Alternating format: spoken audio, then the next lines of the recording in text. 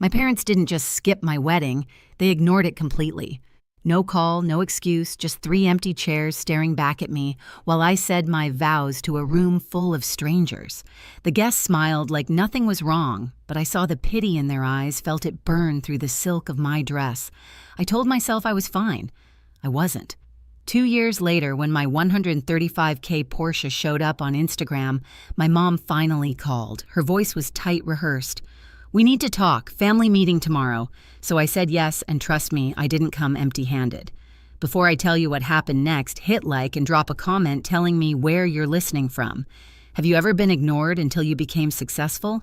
People like to say family is forever. In my house, it always felt like family meant Logan. Growing up, everything revolved around my older brother, his trophies, his grades, his big plans. Dad called him the future of the Hale name, like we were royalty instead of a middle-class family in suburban Oregon. I was just Lily, the quiet one, the helper, the daughter who didn't need attention because she had her head on straight. I used to sit on the floor of our living room sketching while they rearranged the mantel to fit Logan's latest award. The smell of Dad's aftershave, the sharp click of Mom's camera as she documented his victory, it's burned into me. My art certificate, the one my teacher said showed exceptional promise, ended up shoved in a kitchen drawer under old coupons. I remember asking softly if they'd come to my school art show that week. Mom didn't look up from the stove. "We'll see, honey. Logan's got regionals. That was our rhythm. His needs first, my dreams second." Even when I got a full scholarship to Stanford, the first thing Dad said was, "That's great. Maybe Logan can transfer there too." It became almost funny the way their praise always circled back to him. I learned to stop asking for it. I learned to make my silence look like strength. Years later, when I met Ethan, he noticed it right away. "You talk about them like they're ghosts," he said once. Maybe they always were. Still, when I called to tell them about the wedding, I wanted to believe they'd show up. Mom's voice was polite, detached, like she was checking off a to-do list. "We'll try, sweetie, but Logan's firm has an event that weekend." Dad's muffled voice in the background, "Tell her we're busy." I remember standing by the window phone pressed to my ear, staring at the reflection of my own face, smiling too hard. Like if I smiled enough, they might feel guilty. They didn't. The morning of my wedding, I sent one last text, "There's a seat saved for you in the front row." No reply. When the doors opened, sunlight poured into the vineyard. 90 guests turned to look at me. The air smelled of white roses and champagne. Ethan waited at the altar, eyes full of love that almost covered the hollow space inside my chest. 3 chairs stayed empty through the entire ceremony. When we kissed, I heard someone whisper, "She's so strong." I wanted to tell them I wasn't. I was just used to it. Later, as Sarah raised her glass at the reception, she said, "To finding the family who deserves you." Everyone cheered. I laughed. But deep down, something in me cracked wide open. 2 years later, I'd built a life that didn't need their approval. At least that's what I told myself. Portland in the fall had that gray, determined kind of beauty, like the whole city was hustling through the fog. My office sat on the 21st floor glass walls overlooking the river. On the day the acquisition closed, the screen flashed Crescent Studio sold, $21,000. My team burst in with champagne. To Lily Hale, Jen shouted the woman who built something from nothing. Glasses clinked. Music blasted from someone's phone. For a few hours, I let myself feel it. The weight of every late night, every rejection, every quiet win nobody saw. When the office finally emptied, I sat alone, scrolling through the company's Instagram page. My reflection floated over the city lights. Without thinking, I opened my personal account and posted a photo of the new Porsche Taycan metallic gray parked outside my house. The caption read, "Dreams realized." It wasn't bragging. It was proof to myself that I'd done it without them. 3 days later, my phone buzzed during a morning meeting. Unknown number, Oregon area code. For a second, I thought it might be a journalist. I answered anyway. "Lily." My mother's voice, soft, careful, like walking on broken glass. I froze. 5 years. Not a call, not a text. "Mom, we need to talk. Family meeting tomorrow, 2 o'clock. I laughed once, a sound sharper than I meant. "After 5 years of silence, now you want a meeting?" It's important, she said, clipped like a manager scheduling a performance review. In the background, I heard Dad tell her it's urgent. I could picture them standing in that same old colonial hallway judging the size of my success before deciding how to use it. "What's this about?" I asked. Her pause told me everything. "We'll explain tomorrow." When the line went dead, I just stared at my phone. For a long minute, I didn't feel anger or nostalgia, just a dull understanding. They hadn't changed. They'd seen the car, they'd done the math. Ethan looked up from his laptop across the table. "Everything okay?" I turned the phone face down. "My mom wants a family meeting." He studied me. "You gonna go?" "Yeah," I said. "I think it's time."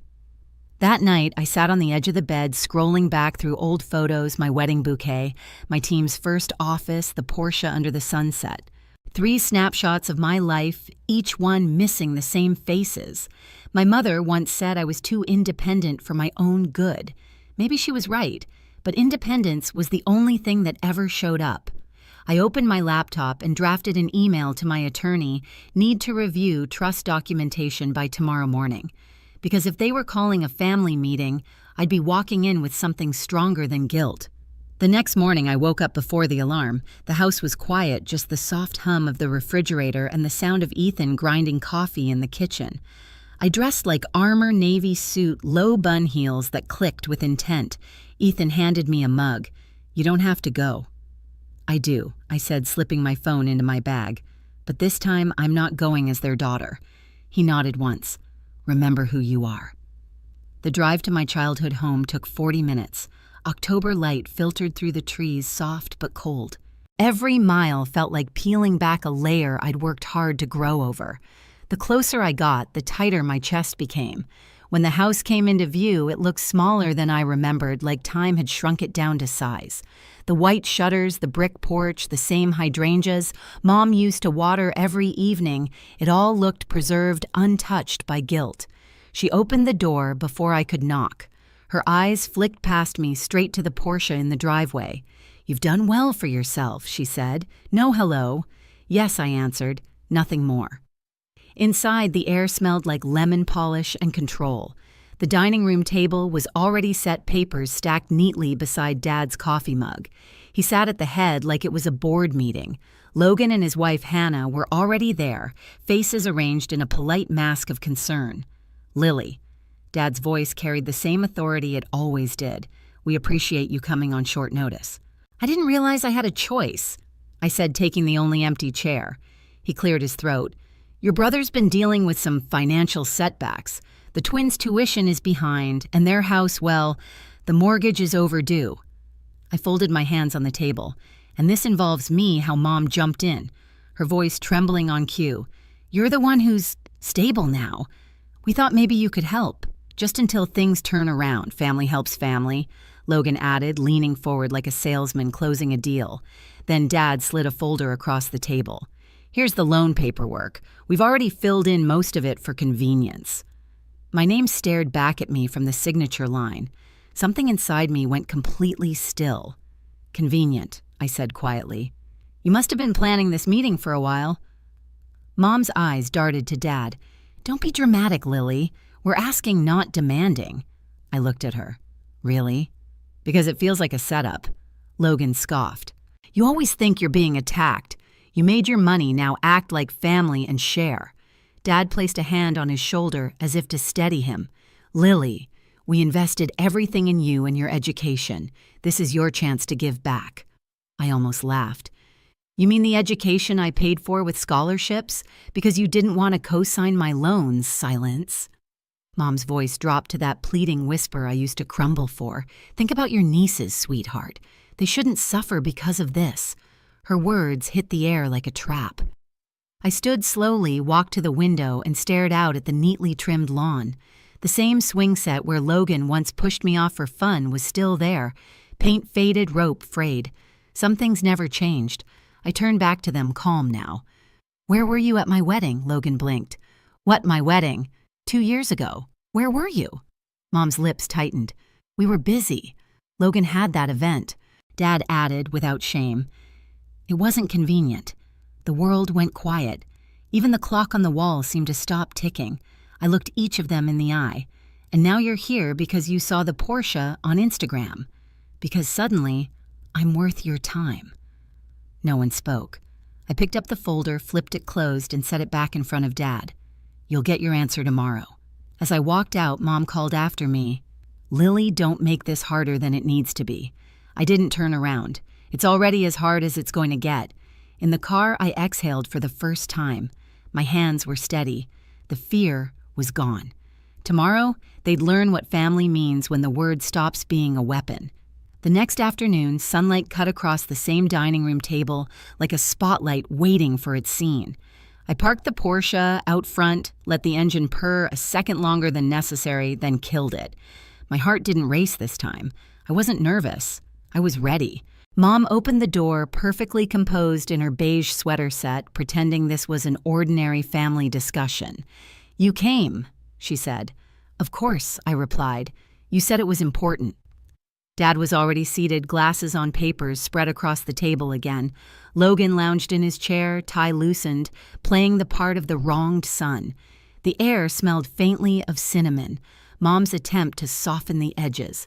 I placed my briefcase on the table and stayed standing. Let's get started. Dad cleared his throat. Your brother's situation hasn't improved. We'd like to finalize the loan today. Before we do that, I said, sliding open the latch of my case, there's something you should see. Logan snorted. Let me guess, more photos of your car. I smiled, small and controlled. Not quite. From the case, I pulled a thick envelope and laid it on the table. The bold header read, The Rivera Media Scholarship Foundation, 16 million Trust. What's this? Mom asked, brow furrowing. A surprise, I said softly. Since we're talking family investments, I wanted to share mine. Dad scanned the page, confusion morphing into disbelief. $16 million, every cent, I said. Legally protected, dedicated to funding education for young women in digital media arts. Logan laughed, but it came out thin. You're kidding. You put $16 million into strangers. Not strangers, I said. Girls like me. Girls who were invisible in their own homes. Mom's hand trembled. Lily, that's unwise. You could have helped your family instead of throwing it away. I clicked my phone, activating the recorder sitting beside the papers. The small red light blinked steadily. Just for transparency, I'm recording this conversation, so we're all clear about who asked for what. Dad stiffened. That's unnecessary. It's essential, I said evenly. You've all made your expectations very clear. Now let me make mine. I leaned forward slightly. You missed my high school graduation. You skipped my college showcase. You ignored my wedding. Every milestone I looked for you, every time you chose something else. So no, this money isn't for you. It's for the girls whose families can't see them either. Mom's voice cracked. We only did what we thought was best. No, I said quietly. You did what was convenient. Logan slammed his hand on the table. You think you're better than us because you got lucky, I repeated, almost laughing. You think working 3 jobs through college and sleeping in my car between classes was luck. You think every door slammed in my face was luck. No, Logan.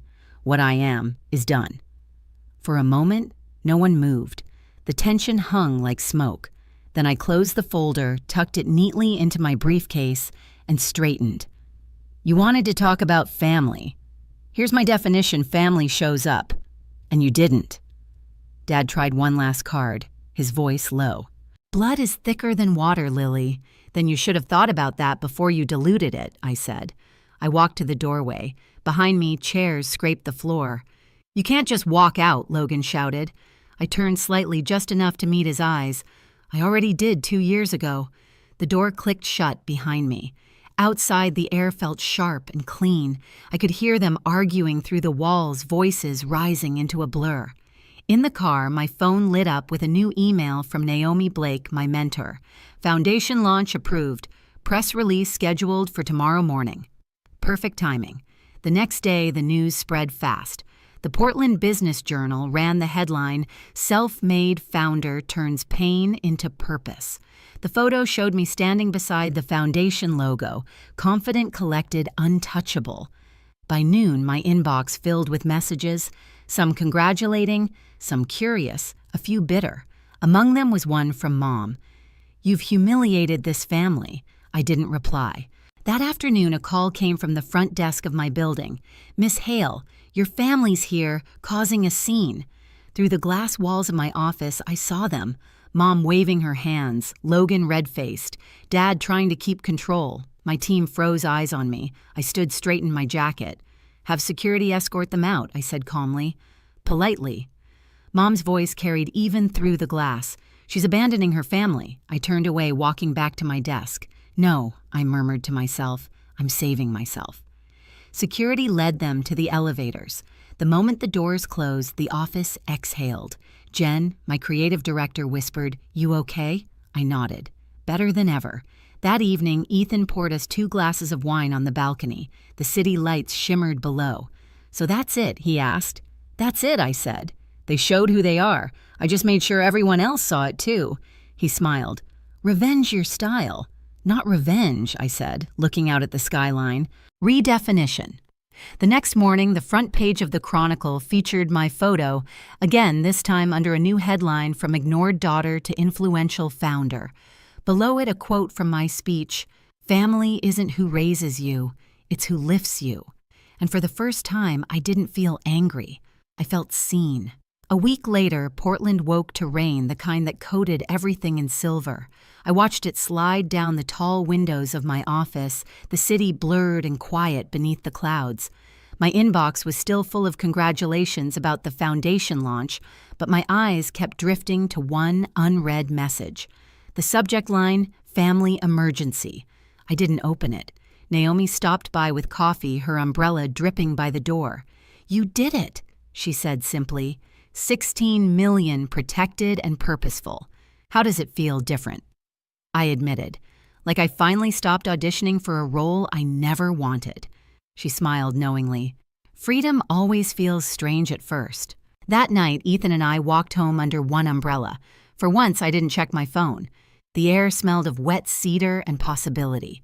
A few days later, news started spreading Logan's house foreclosed Dad's firm under investigation for misused retirement funds, Mom selling jewelry for liquidity. The internet ate it up, but I didn't gloat. I just felt done. The noise no longer reached me. At the Women in Media Alliance Gala, I stood under soft lights in a navy gown accepting the Business Leadership Award. Cameras flashed, but I spoke slowly, letting every word carry the weight of closure. For years, I chased approval that was never mine to earn. Now I use that energy to build something that lasts. The applause felt different than pity. It was respect. After the ceremony, a young filmmaker barely 20 approached me, eyes shining. "Ms. Hale, your foundation. It means everything. My parents don't believe in what I'm doing, but your story." Her voice cracked. "It makes me believe in myself again." Her words hit somewhere deep where the old ache used to live. I placed a hand on her shoulder. "You don't need their permission to be brilliant."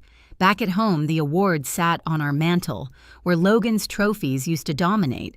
Ethan caught me staring at it and asked, "You good?" I nodded. Better than I thought I'd ever be. The next morning, I opened the family emergency email at last. It wasn't an apology, just Mom's familiar tone, polished and manipulative. "We're struggling. Maybe we can talk." I drafted one line in response. "When you start therapy, we can talk." Then I hit send and closed the laptop. Outside, the rain finally stopped. Sunlight pushed through, glinting off the edges of the city like something reborn. For the first time in my life, I didn't feel invisible. A year later, I stood inside the Rivera Foundation's new studio, white walls, glass ceilings, sunlight spilling over rows of cameras and laptops. Laughter echoed through the space as the first class of scholarship recipients worked on their short films. I watched one girl adjust her lens with the same nervous focus I once had. Maya, our youngest scholar, looked up and smiled. "Ms. Hale, can you check this frame?" I leaned beside her, adjusting the light just a touch. "Perfect. You're seeing the world exactly how it should be seen." Behind us, a banner read, "Family isn't who raises you, it's who lifts you." Ethan arrived, coffee in hand, his grin easy and proud.